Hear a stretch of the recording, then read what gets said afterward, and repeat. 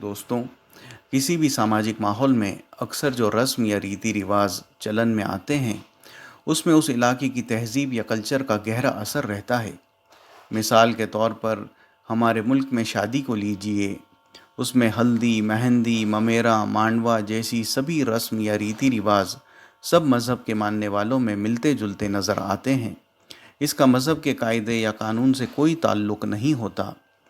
फिर कुछ लोग आमदनी और लगातार माल कमाने के लिए उन रस्मों को मज़हब का लबादा ओढ़ा देते हैं और इसी तरह मज़हब के नाम पर दुकानदारी को चलाया जाता है। नतीजा ये होता है कि आम इंसान इसे पाबंदी से करने लगता है। मज़हब के नाम पर उसे लगता है कि अगर इसे करेंगे तो सवाब मिलने का सबब बनेगा और ना करने पर अजाब का वह हिस्सेदार हो जाएगा। अपनी मन मर्जी से इन रस्मों में बिगाड़ भी बहुत जल्दी आ जाता है।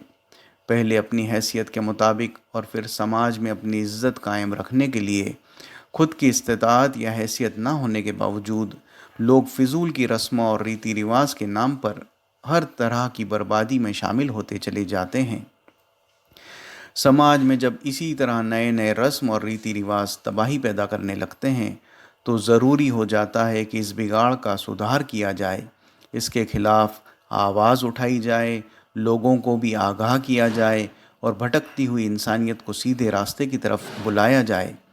ऐसी सोच रखने वाले लोग ही समाज की इस्लाह करने वाले या समाज सुधारक या रिफॉर्मिस्ट बनते हैं। वो लोगों को भलाई की तरफ बुलाते हैं और बुराई से रोकते हैं।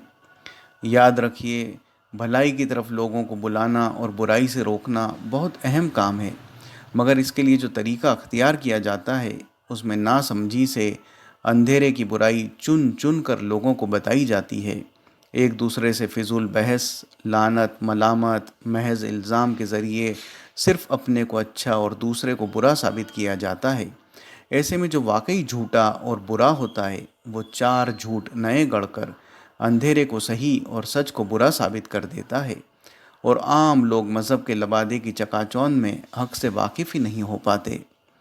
फिर इंसानियत के लिए नुकसानदायक हालात तब बन जाते हैं जब अपनी दुनिया कमाने के लिए लोगों को गैर ज़रूरी रस्मों या बिद्दतों में उलझाए रखने वाले मज़हब के ये दुकानदार और समाज सुधार करने वालों में टकराव पैदा हो जाता है। लोग आपस में बंटकर एक दूसरे के दुश्मन बन जाते हैं।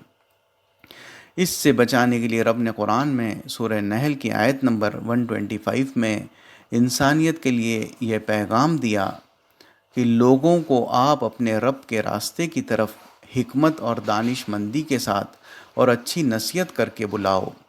ज़रूरत पड़ने पर बहुत ही पसंदीदा तरीके से इनसे बहस करो। जो उसके रास्ते से भटक गया तुम्हारा परवरदिगार उसे भी खूब जानता है और जो रास्ते पर चलने वाले हैं उन्हें भी खूब जानता है। गौर कीजिए, कुरान में हमारा रब लोगों को बिगाड़ से बचाने और उनके सुधार के रास्ते का हमें तरीका सिखा रहा है। काश हम हिकमत और दानिश की राह पर चले और अंधेरे को दूर करने के लिए उसकी बुराई में या उसके खिलाफ कुछ ना कहे और सिर्फ़ एक माचिस की तीली ही जला ले, केवल रोशनी को ही फैलाए और सच्चाई को ही लोगों के सामने पेश करे। जो लोग अक्ल से फ़ैसला करते हैं और अंधी भीड़ के पीछे नहीं चलते, वो रोशनी के फ़ायदे और अंधेरे से फ़र्क को बाखूबी समझ जाएंगे। हक़ और सच को जानकर झूठ को भी पहचान लेंगे और नकली दुकान पर ठगाने से भी बच जाएंगे। कुरान की बताई हुई इसी हिकमत की कोशिश से समाज में बदलाव लाने में कामयाबी मिलती है। आइए कुरान से इंसानियत के सबक को हम जानें, समझें और अपने अमल से इसका हक़ अदा करने की कोशिश करें। वस्सलाम।